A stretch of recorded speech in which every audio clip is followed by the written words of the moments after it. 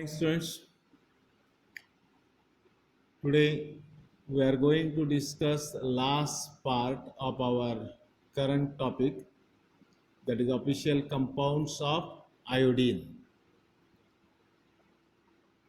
वैसे iodine, povidone iodine के बारे में हमने ऑलरेडी डिस्कस किया था एंटी माइक्रोबियल्स के अंदर। टॉपिकल एजेंट्स में एंटी माइक्रोबियल्स जब हमने पढ़े थे तो हमने पोविडोन आयोडीन पढ़ा हुआ था, तब आयोडीन का भी हमने तब डिस्कशन किया था। आयोडीन वैसे हम कई सालों से यूज करते आ रहे हैं एज एन एंटी माइक्रोबियल्स। आपको थोड़ा चोट लग गया, खरोच आ गया, ब्लीडिंग हो रहा है, तो हम तुरंत आयोडीन लगाते हैं उसके ऊपर ताकि वो ब्लीडिंग भी बंद हो जाए और वहाँ कोई इन्फेक्शंस भी ना हो। तो ये एंटीमाइक्रोबियल प्रॉपर्टी ऑफ आयोडीन की वजह से हम उसे यूज करते हैं। अब यहाँ हम ऑफिशियल कंपाउंड्स ऑफ आयोडीन के अंदर आयोडीन का हमारे शरीर में क्या काम है या हमारे शरीर में क्या रोल है, that's we are going to discuss. वैसे आप रोज नमक खाते हो, आपके रूटीन डेली डाइट्स के अंदर हम नमक का यूज करते हैं। नमक के बिना खाने को स्वाद नहीं आता है, ये आपको पता है। तो आपने कभी मार्केट से, बाजार में से, किसी किराना स्टोर से अगर आपने नमक लाया होगा तो उसके ऊपर लिखा हुआ होता है आयोडाइज्ड सॉल्ट।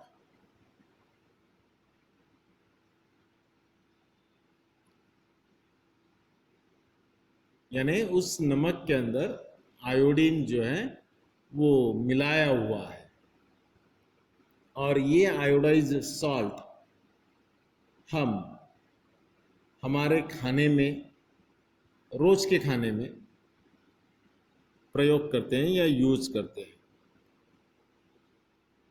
अब ये क्यों यूज करते हैं, या आयोडाइज्ड सॉल्ट हम क्यों यूज करते हैं? क्योंकि कुछ सालों पहले, यानी हो सकता है आपके जन्म के पहले ही, क्योंकि आपके बहुत सारों का बर्थ डेट जो है, बर्थ ईयर जो है वो नियर अबाउट 98 99 के लगभग ही होगा, या 21वीं शताब्दी के आपका जनरेशन है 2000 के बाद में, तो ये आपको पता नहीं होगा कि पहले जो नमक आता था वो मोटा दानेदार हुआ करता था। उसके बाद में बिना आयोडीन वाला बारीक और पतला, यानी पतला मीन्स फाइन पाउडर के फॉर्म में पिसा हुआ नमक मिलने लगा। अब ये जो आयोडाइज्ड सॉल्ट है, इसका यूज जो है ये गवर्नमेंट ने कंपल्शन किया था सिंस फ्रॉम 1995, 1995 के बाद ये कंपल्शन शुरू हुआ, या 1995 से ही हम बोल सकते हैं। तो ये क्यों हुआ, तो उसका रीजन क्या है? अब आपको अगर आयोडीन का हमारे शरीर में क्या रोल है ये पता होगा तो उसी के ऊपर से आपको अंदाजा आएगा कि आयोडीन क्यों मिक्स किया जाता है कॉमन सॉल्ट में। तो मैं आपको ये पहले ये बताता हूं कि भाई आयोडीन जो है वो किस पर्पस के लिए यूज होता है या वो क्यों इसेंशियल है हमारे शरीर में। Iodine is essential iron for our body and that's we are getting from our daily routine normal diet। अब ये जो आयोडीन है that iodine is essential iron necessary for the synthesis of two thyroid hormones, thyroid glands, master glands जो आपके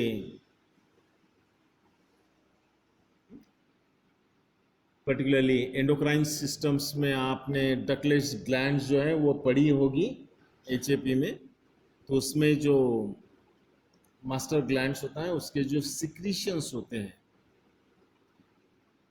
तो उसमें से दो hormones that we are seeing the thyroid hormones, बहुत सारे थायराइड हार्मोन्स है, मेनली उसमें से T3 and T4 means liothyronine और that are also we are saying triiodothyronine T3 and thyroxine T4।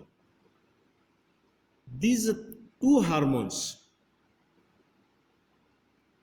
synthesize with the help of iodine, यानी इन दोनों hormones T3 and T4 hormones के synthesis में हमारे body में जो सिंथेसिस होता है उनका प्रोडक्शन जो होता है तो उनके सिंथेसिस में आयोडीन जरूरी होता है। चलो इतना तो आपके समझ में आ गया कि भाई जो ट्राइआयोडो थायरोनिन जिसे हम T3 कहते हैं एंड थायरोक्सिन जिसे हम T4 कहते हैं तो उनके तैयार होने के प्रोसेस में आयोडीन की जरूरत होती है। अब ये दो हार्मोन्स का क्या काम है ये आपको मालूम होना चाहिए। ये अपने एंडोक्राइन ग्लैंड्स में ही आप पढ़ोगे, एंडोक्राइन सिस्टम्स के अंदर ही।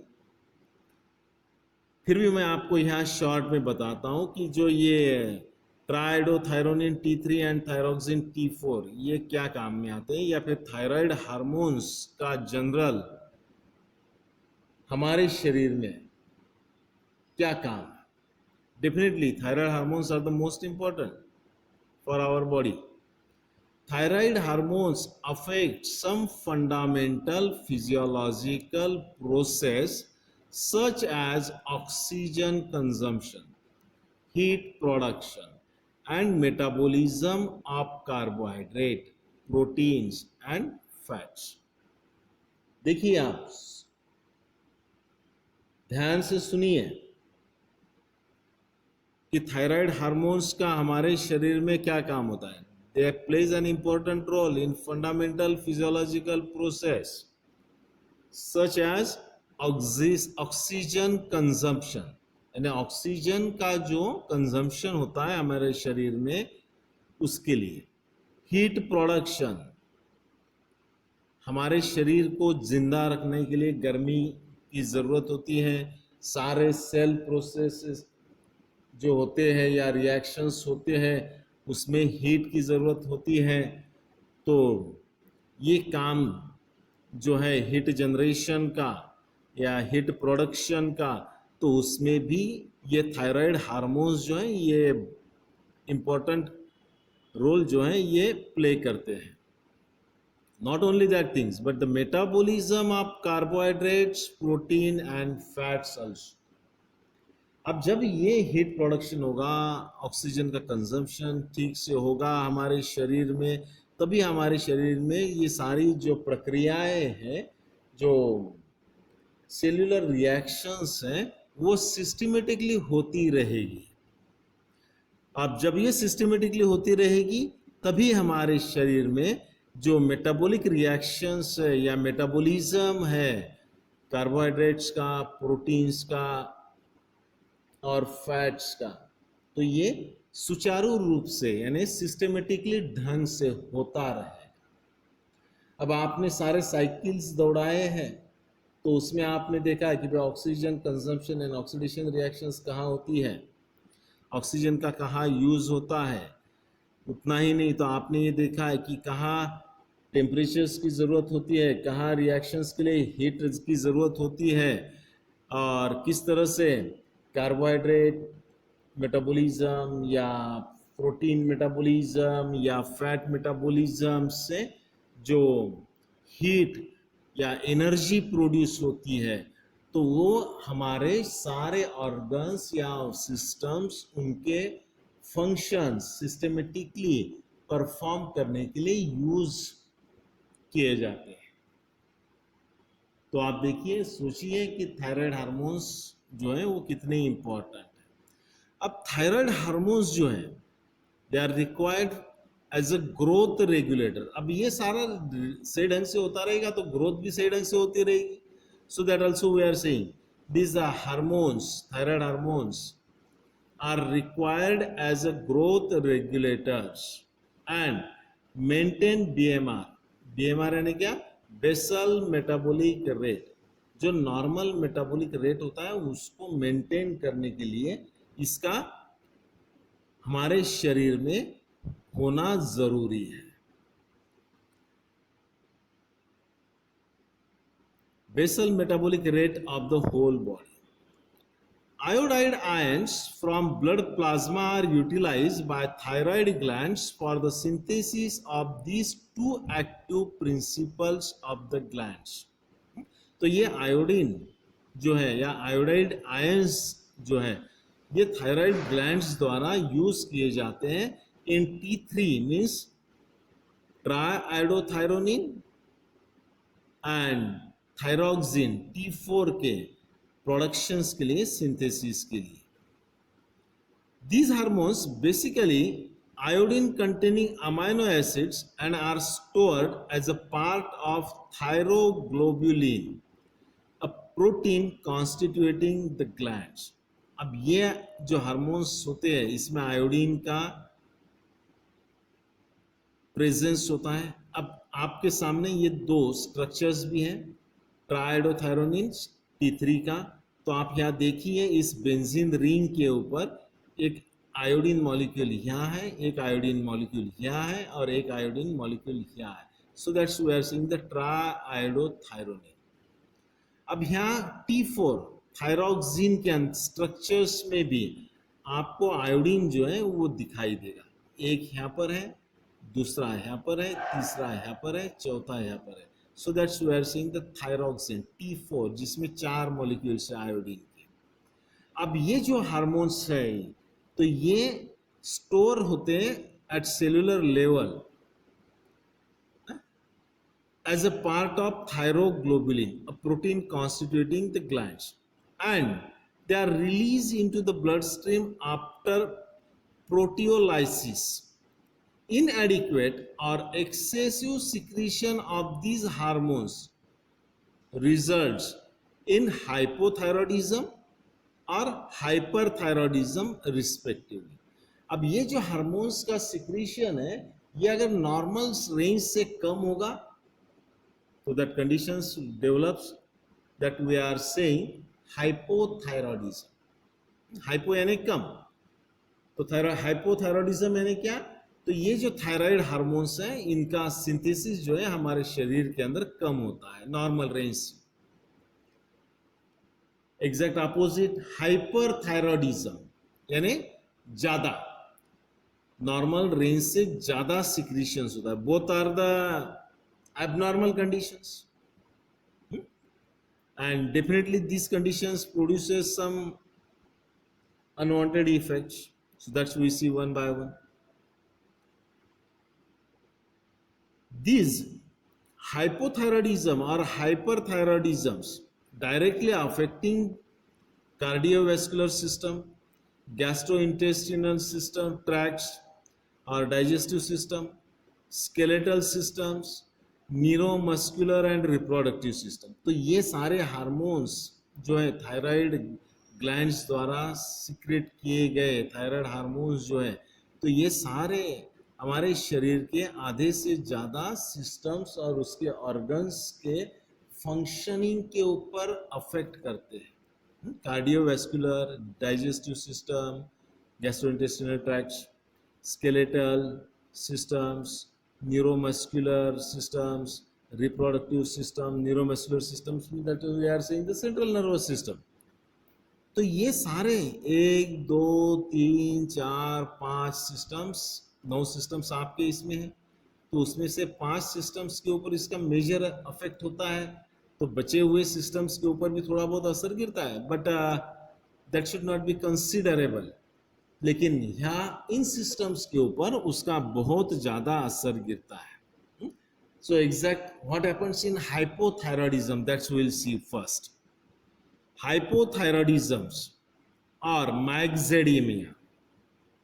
अब ये जो हाइपोथायरॉयडिज्म्स और माइग्जेडिमा है, इसमें क्या होता है, आपका जो नॉर्मल रेंज है थायराइड हार्मोन सिक्रीशंस का, तो उसमें गिरावट आती है, यानी कम सिक्रीशंस होता है, कम सिंथेसाइज होते हैं। So that's the condition mark bye slowing down of all metabolic process of the body, which may lead to bradycardia. Bradycardia means decrease in heart rate, decrease refluxes, आपका जो रिफ्लक्स एक्शंस है उसमें गिरावट आती है, weight gain, आपका वजन बढ़ने लगता है, constipation and menstrual abnormalities. Constipation यानी पेट साफ न होना, ये हमने एंटासिड्स में देखा है। कॉन्स्टिपेशन यानी क्या, डिहाइड्रेशन यानी सॉरी डिसेंट्री एंड डायरिया यानी क्या, that all things we have discussed. Menstrual abnormalities in female, dry skin, puffiness of hands, feet and face. Puffiness यानी क्या, आपका चेहरा, आपके हाथ जो है ये मोटे होना थोड़ा सा, जिसके ऊपर जो है एक फैट का लेयर बनना, पफिनेस दैट वी आर से। पफ पता है ना आपको, पफ खाते हो ना आप, तो ये किसा थोड़ा सा फुला हुआ सॉफ्ट रहता है, तो ठीक वैसे ही हमारे सेल्स जो है वो फूलते हैं और एक लेयर जो है हमारे इसके ऊपर बढ़ जाता है, that's we are saying the puffiness. Loss of hair, lethargy, fatigue, slow speech, poor memory, anxiety, nervousness, etc. All these are the effects of hypothyroidism. यानी थायराइड सिक्रीशंस या थायराइड हार्मोन्स अगर सिक्रीशन या सिंथेसाइज होना कम हो गया तो ये सारे प्रॉब्लम्स जो हैं वो क्रिएट होते हैं। इन इन्फेंट्स मीन्स बच्चों में, चिल्ड्रेंस में particularly, mental and physical development में भी इम्पेयर, यानी उनका शारीरिक और मानसिक जो ग्रोथ है या बौद्धिक जो ग्रोथ होना चाहिए वो नहीं होता है, या फिर उसके ऊपर उसका असर गिरता है और वो जिस ढंग से होना चाहिए उस ढंग से नहीं हो पाता है। The congenital thyroid deficiency results in irreversible clinical conditions. Cretinism marked by stunt growth. Cretinisms marked by stunt growth, यानी भाई उसका जो भी कुछ है वो ग्रोथ जो है वो स्टॉप हो जाती है, रुक जाती है। इंक्लूडिंग ड्वार्फनेस यानी मोटापा आ जाता है। द मेंटल रिटार्डेशन,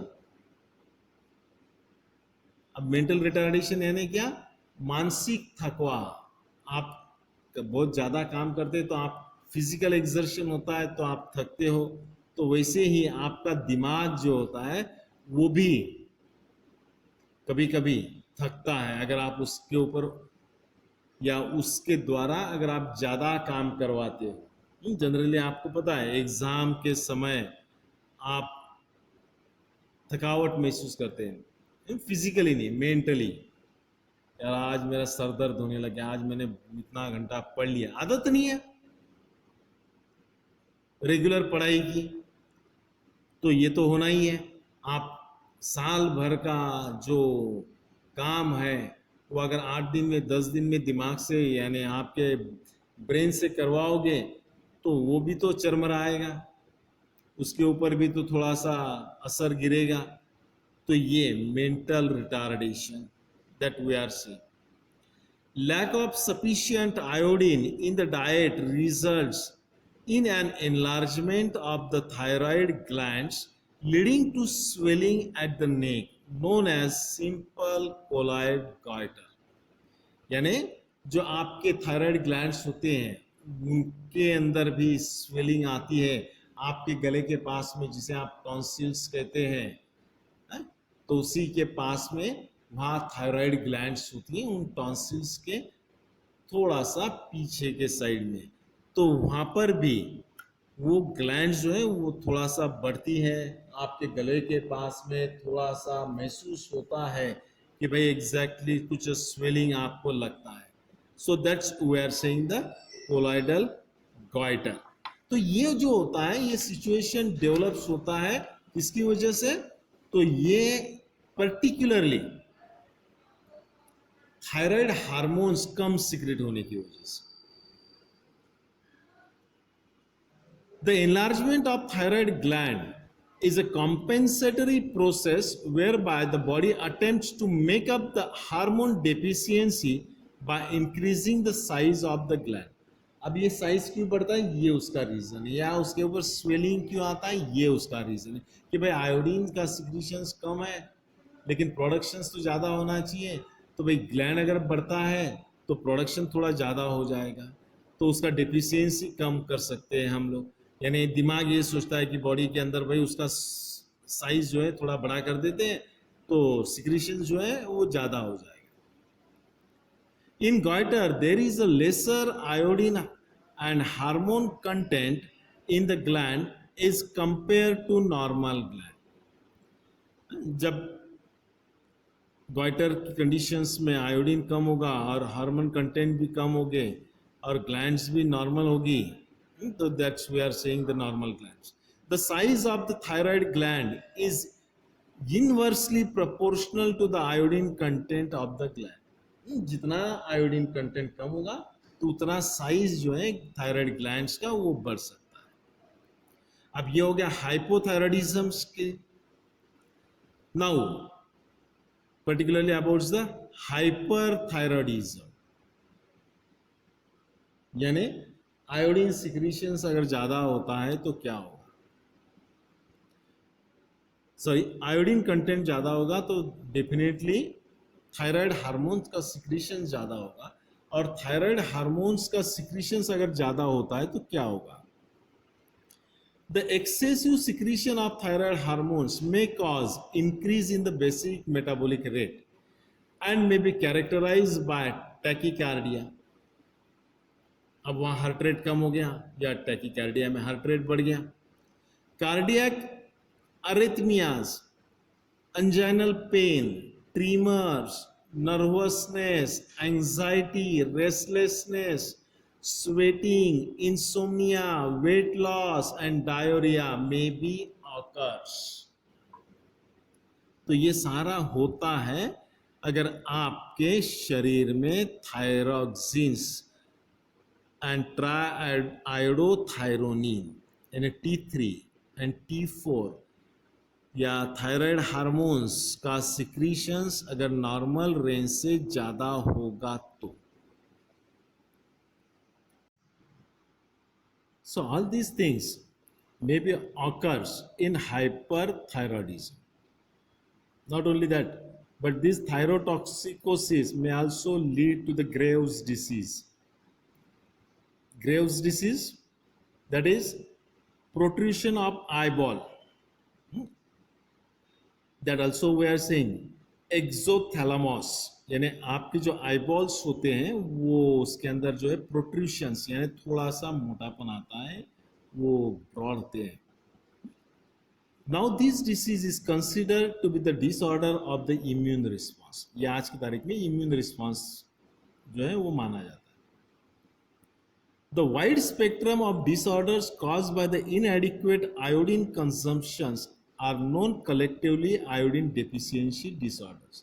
तो ये जो सारे थायराइड से रिलेटेड हार्मोन्स से रिलेटेड जो डिसऑर्डर्स है, तो collectively that also we are saying iodine deficiency disorders, यानी आयोडीन की कमी के वजह से ये थायराइड हार्मोन्स का सिक्रीशंस कम होता है और उसकी वजह से बहुत सारे जो प्रॉब्लम्स है वो क्रिएट होते हैं.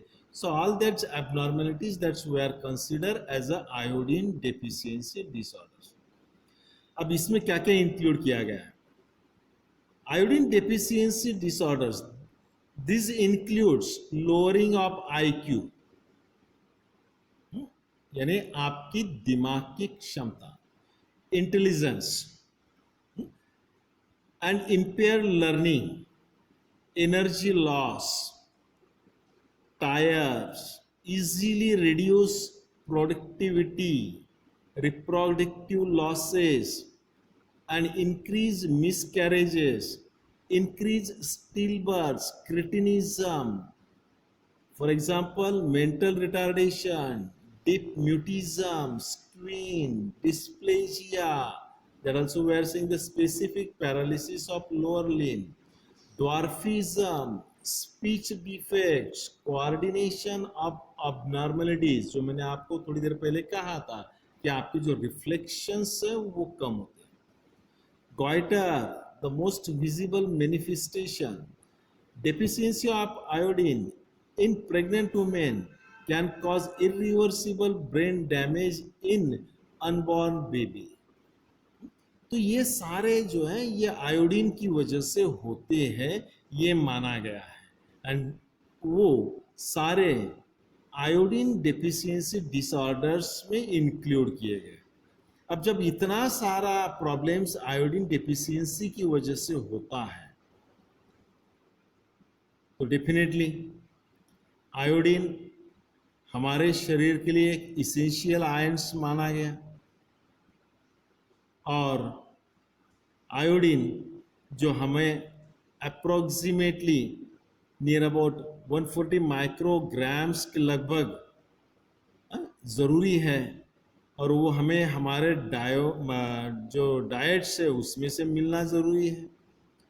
अब पर्टिकुलरली हमारे देश के अंदर जो विविधताएं हैं, अलग अलग जियोग्राफिकल एरियाज हैं, तो उसके अंदर जो अलग अलग प्रकार का सॉइल है, तो पानी है, तो उसी वजह से हमारे शरीर में जो आयोडीन जाना चाहिए वो कई बार नहीं जाता है. हमारा जो डाइट है वो कई बार हमें जितना ज़रूरी है आयोडीन उतना प्रोवाइड नहीं कर पाता है. अब पर्टिकुलरली कितना होना चाहिए हमारे शरीर में? ज़्यादा से ज़्यादा यानी 140, average man required 140 micrograms per day, यानी उतना हमारे शरीर में जाना चाहिए.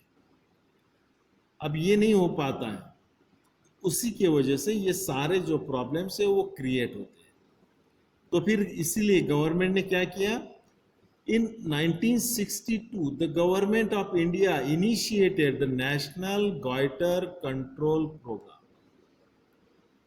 1962 में सरकार ने ये नेशनल गॉइटर कंट्रोल प्रोग्राम की शुरुआत की. और in 1992, that program was renamed by National Iodine Deficiency Disorder Control Program. 1992 में इस प्रोग्राम का नाम चेंज किया और उसका नाम रखा national iodine deficiency disorder control programme. और इस प्रोग्राम के तहत गवर्नमेंट ने जो आयोडीन डेफिशिएंसी है, जिसकी वजह से हर साल तकरीबन 90,000 स्टिल बर्थ मीन्स नवजात शिशु का डेथ होता था, उसको रोकने की कोशिश की। और इसी प्रोग्राम के तहत इन 1995 1995 में the government make the compulsion to mix the iodine in required proportional in salt. तो 1995 में government of India committed to universal iodise of salt by 1995 and eradication of IDD by the year 2000. यानी जो ये death होता है iodine deficiency की वजह से, जो भी कुछ डिसऑर्डर्स होते हैं, तो उसको हम 2000 तक हमारे देश में से ही उसको निकाल देंगे। इरेडिक्शन मीन्स खत्म कर देना, but till we are not control over that. अब ये जो है ये 1995 में कंपल्शन किया गया और तब से हम आयोडाइज सॉल्ट्स का कंजम्पशन कर रहे हैं। Definitely now the percentage of all these iodine deficiency disorder is markedly reduce. Hypothyroidisms के जो केसेस थे वो कम हो गए, और ये सारे जो डिसऑर्डर्स थे उसमें से भी हमने बहुत सारे डिसऑर्डर्स को कंट्रोल कर लिया, रेगुलराइज कर लिया। अब आयोडीन पर्टिकुलरली जो भी है वो कॉमन सॉल्ट्स के अंदर मिक्स करना और उसको बेचना, ये 95 से शुरू हो गया, लेकिन 2000 तक हमने जो ख़त्म करना था वो नहीं कर पाए। लेकिन इस कंपल्शंस को जो सार कंट्रीज थी, जिसमें साउथ एशिया के सारे देश जो हैं वो आते हैं, तो उन सारे देशों ने भी ये आयोडाइज सॉल्ट्स का जो कंपल्शंस था वो लागू किया गया। Universal ban on the sale, ये particularly the universal ban on the sale of non-iodized salt as well as enforcement of the ban is essential if every consumer and every family is to have ensured access to iodized salts. तो ये किया गया और सबको सब लोगों को सारे घर में आयोडाइज सॉल्ट जो है वो मिलने लग गया। तो ये 1995, आपका बजट उसी के बाद में है, तो आपको ये सारा पता नहीं होगा। या जो लास्ट सेंचुरी में जो ये गॉइटर्स या आयोडीन डिफिशियंसी डिसऑर्डर से रिलेटेड प्रॉब्लम्स थे वो आपको पता नहीं है। इसीलिए आपका जो जनरेशन है वो इंटेलिजेंस ज़्यादा होशियार है, लेकिन कई मामलों में वो जिस ज़रूरत नहीं है उन मामलों में ज़्यादा होशियार है। Okay, iodine is therapeutically used as improving agent in hyperthyroidism, a fibrolytic agent in syphilis, leprosy, sporotrichosis, blastomycosis, and actinomycosis. It is an expectorant and bactericidal agent. In current IP 1996, iodine and potassium iodide that used as an expectorant and bactericidal also. Sodium iodide was official in second edition of IP, that is IP 1966, but has been deleted from the monograph in third edition in IP 1985. तो ये sodium iodide जो है ये third editions में से निकाल दिया गया। हाँ? लेकिन हमें वो शॉर्ट में पढ़ना है। तो ये जो सारी जनरल इंफॉर्मेशन है related to the iodine, that's we are covered here. Now, the iodine and iodine preparations that we will discuss in next video. Thank you.